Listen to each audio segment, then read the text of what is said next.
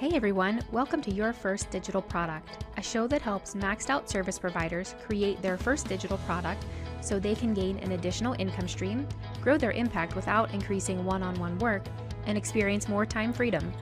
On the show, I talk to business owners who have launched digital products and dig deep into how you can create, launch, and market your first digital product. I'm your host, Renee Morozowicz. Let's go. Hey everyone, it's Renee. I had a great conversation last week with someone who was thinking about launching a product, but had not launched for a couple reasons. I feel like these reasons are very common across people who have not launched products, and it inspired today's episode. So I want to talk about what your product needs to be or doesn't have to be in order to launch. So I have 4 reasons and 4 things to talk about today. The first thing that your product does not have to be is long and complicated. So I've said this before, but think back to when you first started as a service provider. I bet you didn't take on the most complicated project of all time. You were just learning. You didn't maybe know what you were doing yet. You probably had some skills, but you weren't really versed in this type of service. So think about your digital product. Why would you start with something that is super long and complicated? You can draw parallels with this anywhere, right? So you can think about if you've never been running, why would you run a marathon as your first race and maybe not a 5K? You can think about baking. Why would you bake something super complicated and not just cookies first or something like that? So whenever we're thinking about these things, we don't know what we don't know. So I advocate for starting with something smaller. You can add on as you go, you can change things later, but starting with something smaller will let you actually get it out the door so that you can learn the things that you don't know. Also, long and complicated products are too much for people to consume. Typically, they don't know you yet. People purchasing your product don't know you. You haven't had that introductory conversation, that 30-minute Zoom call or whatever it is, for them to get to know, like, and trust you.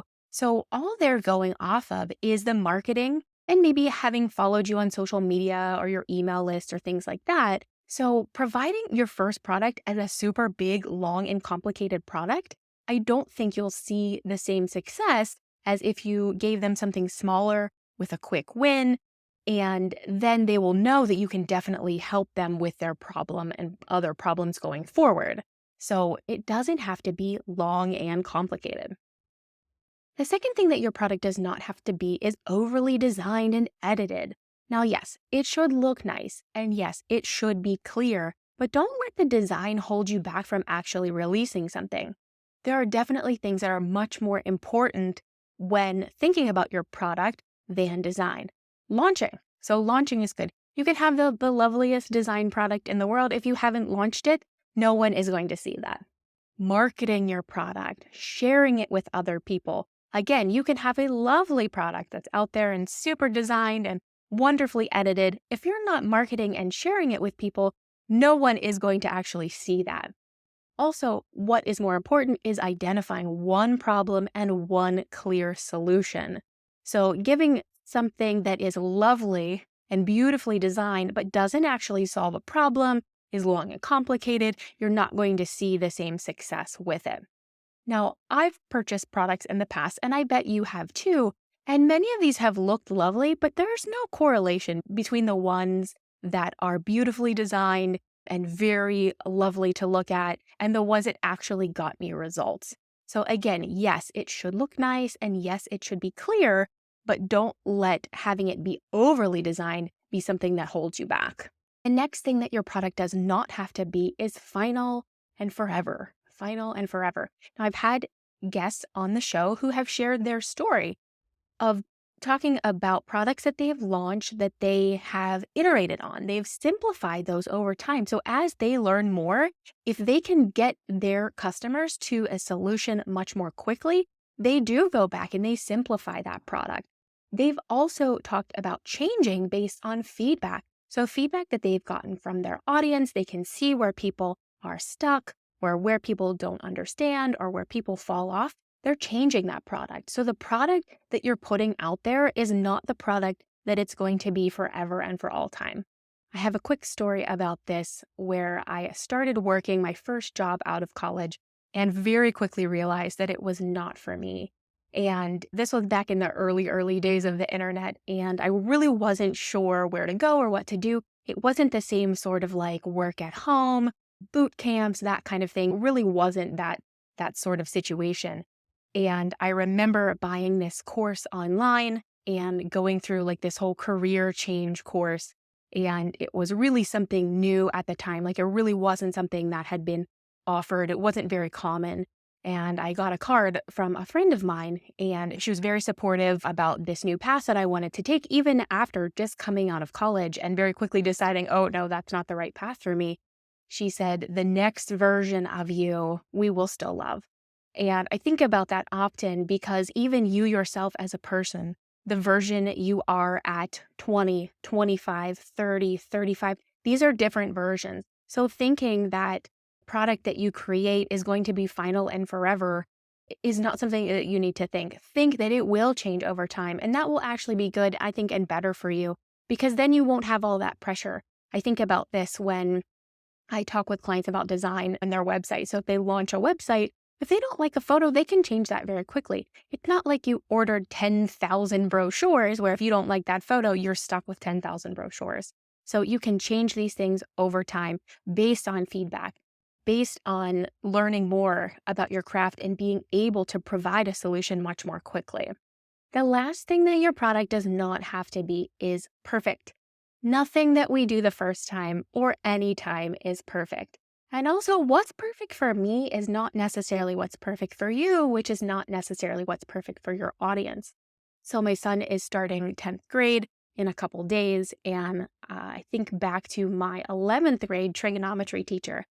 Her name was Mrs. Starrett. I loved her. I loved her so much. We just clicked. I loved the way that she taught. I understood it. Everything was very clear and really just worked for me. But a lot of the kids in that class did not like her. It didn't click for them. It didn't work for them. So what's perfect for me, Mrs. Starrett was perfect in teaching trigonometry for me, was not perfect for other people. So you really do want to think about your audience and your definition of perfect. And if perfect is something you are really striving for, think about how to get to be perfect is to do it and keep doing it and keep getting better at it. So if you never launch that product and never launch another and never launch another, you're not going to get better and better over time. So the reason that I am talking about this today is because I want to normalize a real experience and the real experiences that people do have. There are so many misconceptions that people have. Oh, it has to be perfect. Oh, it has to be super edited and super designed. Oh, it has to be the biggest product of all time. It doesn't have to be any of these things. Sometimes when we see people who are so far ahead of us, we can feel intimidated. We can feel like, oh my goodness, they have the marketing going and they have the ads and everything is the funnels and everything is leading to everything else and it's amazing and they're making billions of dollars a year. And yes, that's great and fine, but they started somewhere too. And if you don't start at the beginning where you're supposed to, you're never going to get to that place. And maybe that place isn't even really where you want to go. Maybe the only place you want to go is being able to support your family, having time for yourself, and sharing your gifts and your knowledge and your experience with the world. So just think about those things. Sometimes we just need permission to be what we are and share what we have. So here's your permission. I can write you a permission slip. Just send me an email and I will give you one personalized for you. Your first product does not have to be long and complicated. It does not have to be overly designed and edited. It does not have to be final and forever, and it does not have to be perfect. So get it out there. Get what you have in your heart and in your mind out there and share it with the world and get better over time.